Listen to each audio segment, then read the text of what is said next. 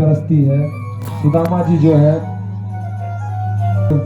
दया निधान है, दयालु है भगवान।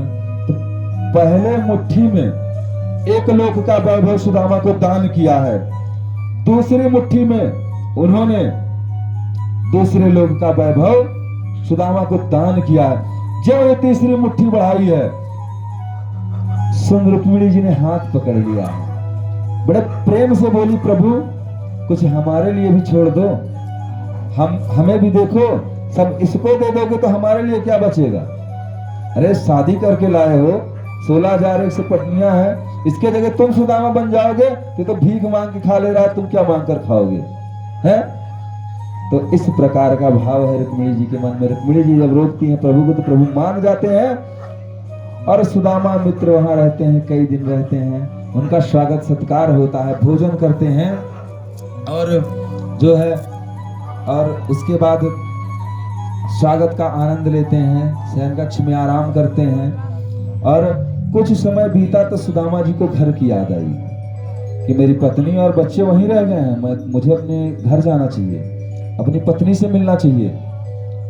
तो कहते हैं, मित्र मुझे मेरे घर की बहुत याद आ रही है, कृपा करके मुझे जाने दीजिए। तो भगवान ने उन्हें नए वस्त्र दिए हैं और कहा, मित्र ठीक है जाओ।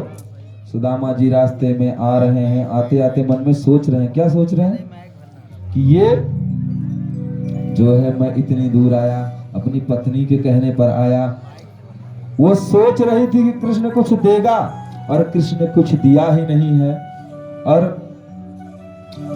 और सोचो, इसके पास इतना धन है, मुझे थोड़ा सा धन दे देता तो मेरे परिवार का गुजर बसर हो जाता। फिर जस्ट इसके विपरीत सोचते हैं। क्या विपरीत सोचते हैं कि ये मेरा परमात्मा है, ईश्वर है, मेरा इष्ट है, ये जानता है अगर सुदामा गरीब है तो भक्ति कर रहा है, अगर इसको धन मिल गया तो रावण बन सकता है। ठीक, ब्राह्मण गरीब हुआ तो सुदामा, ब्राह्मण के पास धन हुआ तो रावण। बलवान, बल का अभिमान, अभिमान किसी भी चीज का हो सकता है, ज्ञान का, विद्या का, शक्ति का, संगीत का, किसी भी चीज का अभिमान हो। प्रत्येक व्यक्ति को कभी ना कभी किसी न किसी चीज पे अभिमान अवश्य आता है, पर अभिमान को थोड़ा सा परिवर्तित कर दिया जाए, स्वाभिमान के रूप में उसका रूपांतरण कर दिया जाए तो नुकसानदायक नहीं है। अभिमान होगा तो नुकसानदायक है, स्वाभिमान होगा तो आपके लिए लाभकारी है। तो सुदामा जी ने बड़े ही सुंदरता के साथ भगवान की महिमा गाते हुए वापस आते हैं। जहां उनकी झोपड़ी होती है वहां कंचन महल बना हुआ है।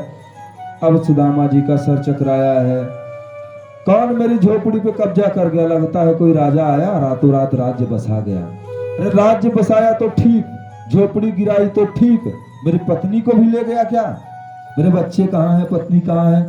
नाना प्रकार के सवाल आए उनके मन में और बड़ा व्यथित हुए। तभी ऊपर से उनकी पत्नी खड़े होकर, सुनिए जी, सुनिए जी, सुनिए जी। सुदामा जी, ये रानी कौन, लगता है बुला रही है, इसको मैंने गलती से लगता है देख लिया, दंड देने के लिए बुला रही है, अपनी पत्नी को पहचान नहीं पा रहे हैं। अब दासियां जाती हैं, चलिए सुदामा महाराज। सुदामा जी कहते हैं, सुदामा महाराज? उन्हें आश्चर्य होता है कि मुझे सुदामा महाराज, तो चलिए आपकी पत्नी बुला रही है, पत्नी अंदर है, आप यहाँ के महाराज हैं। जब ये कहती हैं उन्हें और सदमा लगता है, ये सब किसने दिया है? तो बोलते हैं कि आपके प्रिय मित्र, पत्नी कहती है कि आपके प्रिय मित्र श्री कृष्णचंद्र जी महाराज द्वारिकाधीश ने हमें यहाँ, जिस प्रकार से उनकी द्वारिकापुरी है उसी प्रकार से ठीक उन्होंने सुदामा के लिए सुदामापुरी बसाई है, जहाँ के राजा सुदामा जी हैं।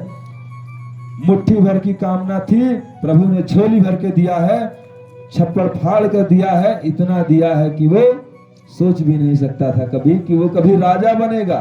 दर दर भटकने वाला, भीख मांग कर खाने वाला, दूसरे घर से भीख मांगने वाला, एक वक्त का अपने बच्चों का पालन पोषण न कर पाने वाला भी ब्राह्मण कभी धनवान हो सकता है। इस बात की उसने कभी परिकल्पना भी नहीं की होगी, और नारायण ने उसे ये दिया है। बोलिए द्वारिकाधीश भगवान श्री कृष्णचंद्र जी महाराज की जय। और ये था मित्रता का भाव।